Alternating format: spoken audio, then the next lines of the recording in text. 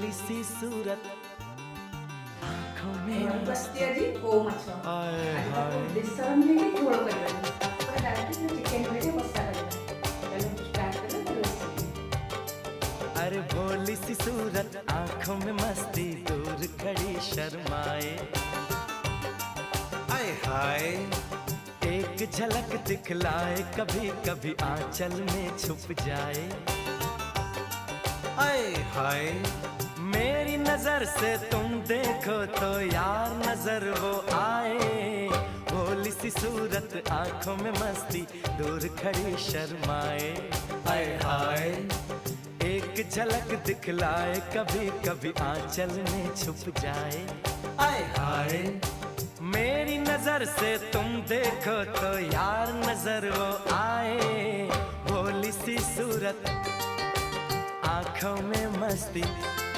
आए हाय।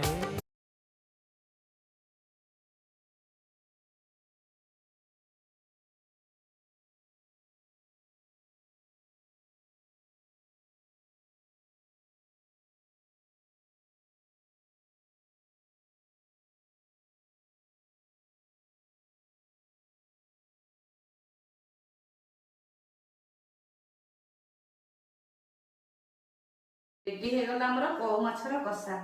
आपण माने तो को माछरे बहुत सारा आइटम करी खाइथबे झोल कि बेसर आपण माने थरे एई प्रोसीजर बनातु आ कमेंट माध्यम रे जणातु केमिति हेछि। आज वीडियो को एठी एंड करूची रहूची नमस्कार जय जगन्नाथ।